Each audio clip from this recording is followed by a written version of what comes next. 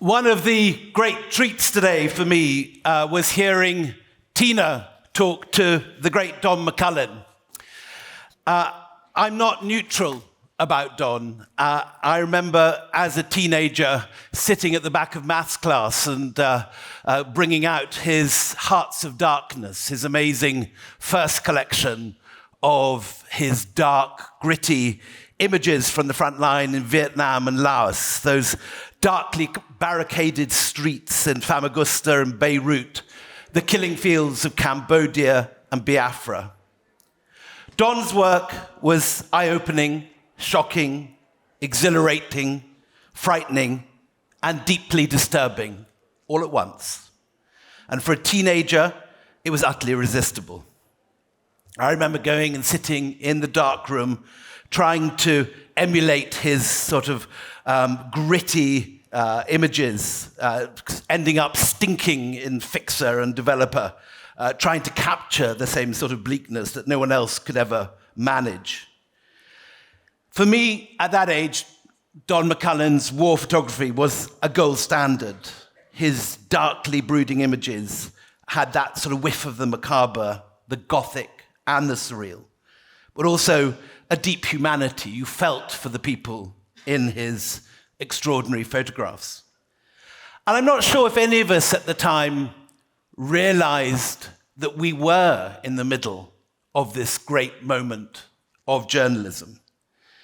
Nor, I think, were we aware that the role that Harry played as editor of the Sunday Times. But if you haven't already, look around the first floor of this building on your way out and see the highlights from Harry's career, the extraordinary scoops, the breaking of the Bangladesh genocide by the Pakistanis, this extraordinary report by Anthony Mascarenhas, which saved hundreds of thousands of lives. The John Swain's war reporting from Cambodia and Southeast Asia. The thalidomide stories, the unmasking of Philby as the Soviet spies, and also beyond the Sunday Times. This was also the age of James Cameron reporting from Bangladesh, of Michael Herr's dispatches from Vietnam, Kapuscinski's work in Iran and Ethiopia, the classic war reporting from El Salvador by Richard Boyle, which inspired the movie Salvador, or Sidney Schallenberg and Dith Pran's work from Cambodia that became The Killing Fields.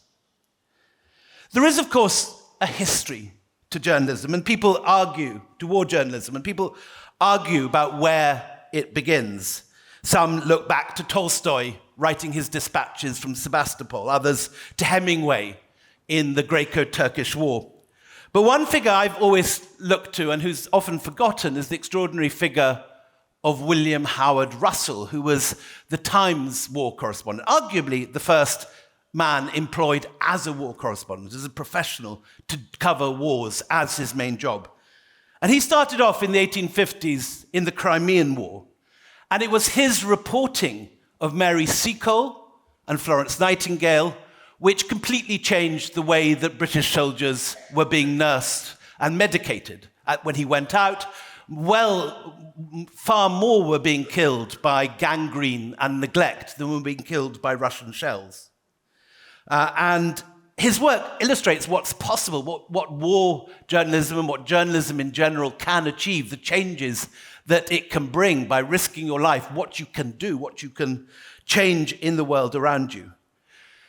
He then went on to India, and there again his writing was extraordinary because it broke through a whole image which the media had created about the 1857 uprising. In Britain, we still call it the Indian Mutiny. In India, it's called the First War of Independence. It was a national uprising against the East India Company, a for-profit organization which was looting, exploiting, and asset stripping India. There were endless stories of the attacks on British women and children at the beginning of the war. And as a result, the British media, including British writers such as Dickens, totally dehumanized the Indians of the time. There was a letter to the Bombay Telegraph that I quote in my book, The Last Mughal, which writes about this. And it talks about how it was hokum that the women and children should be spared, wrote the correspondent. It was a mistake, he wrote, because these were not human beings, but fiends at best, or wild beasts, deserving only of the death of dogs. Russell arrived at this point, finding skeletons in the streets and the domes and mosques riddled with shell holes, and the whole city in a state of utter ruination.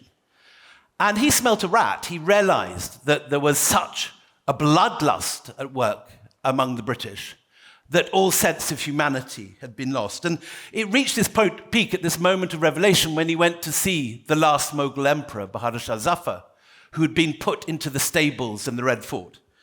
And according to the British prosecution case, this man had commanded an international Muslim conspiracy ranging through Iran and Mecca. I'm not making this up. It was completely fantastic, but it was what was believed.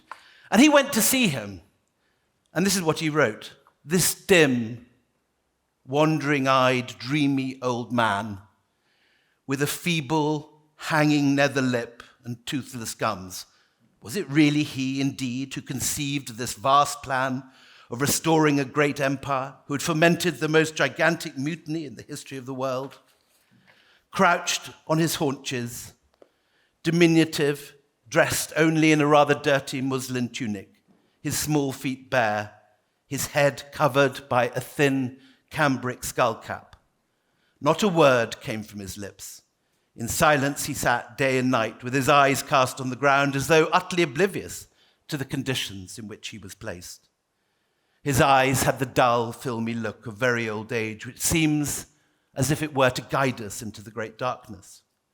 Some heard him quoting verses of his own composition, writing poetry on a wall with a burnt stick. So Russell sees that this is all nonsense.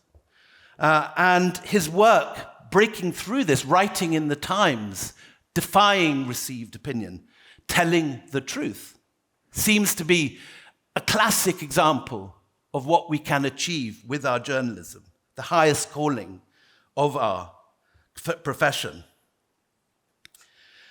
When we look today at the threats facing journalism, and we've heard a great deal from many different speakers in many different fields today, we've seen the threat of autocratic regimes, Guatemala, Hong Kong, China, India, places where we're seeing free reporting getting harder and harder, countries going down on the index of freedom of speech.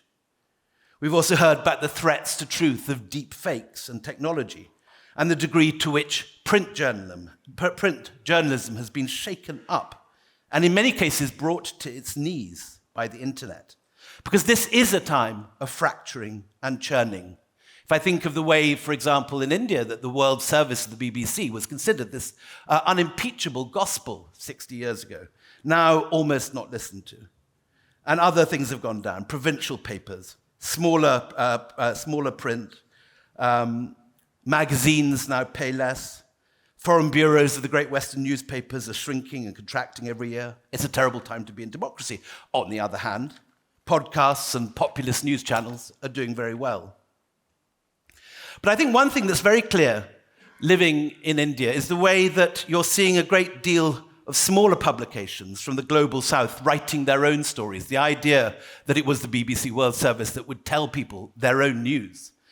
In India, we've had a whole host of small websites that have defied the bans on various subjects, The Wire, The Scroll, Caravan. And you see their equivalents in the Arab world and in India and in Africa. And I think it was very telling this morning, those who heard the Al Jazeera journalists like Motaz Aziz and Yumna El Said about the dangers of the decisions being taken by some in newsrooms here. They castigated us this morning, particularly Yumna, for, in their view, not telling their story fairly. Motaz says the world doesn't care. It's all fake. One day, it's your turn, and a missile or a drone comes. You're a dead man in the street being eaten by hungry dogs. And I think one of the reasons that we've seen the college campuses of the world rise up is that kids are realizing this disparity between what they're seeing on their phones in the morning, the dead children in Gaza, and then looking on to the New York Times or the BBC and reading of a limited operation in Rafah. We pat ourselves on the back that we are not Russia or China, but we often ignore our own failures of representation in the newsrooms. There's still incredibly few British Muslims or Arabs in the newsrooms. And you sometimes wonder how far we have moved forward from the days of William Howard Russell going to see the Mughal emperor on his charpoy in the stables. I'll just end by reading the poem which that Mughal emperor was writing on the wall with the burnt stick, sitting in another Muslim city that had been reduced to ruins by Western weaponry. This is the Mughal emperor Bahadur Shah Zafar writing to his wife and remembering back before, when, in silks, you came and dazzled me with the beauty of your spring. You brought a flower to bloom, love within my being. You lived with me, breath of my breath, being in my being, nor left my side. But now the wheel of time has turned, and you are gone, no joys abide. You pressed your lips upon my lips, your heart upon my beating heart, and I have no wish to fall in love again. For they who sold love's remedy have shut shop, and I seek in vain. My life now gives no ray of light. I bring no solace to heart or eye. Out of dust to dust again, of no use to anyone am I.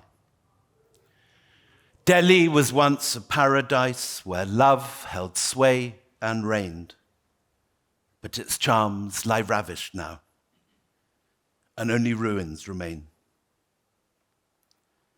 No tears were shed when shroudless they were laid in common graves. No prayers were read for the noble dead, unmarked remain their graves.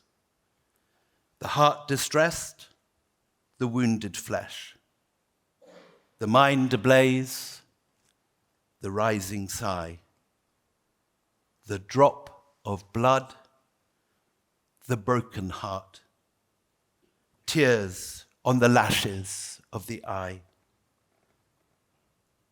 But things cannot remain, O Zafar, thus, for who can tell? Through God's great mercy and the prophet, all may yet be well. Thank you.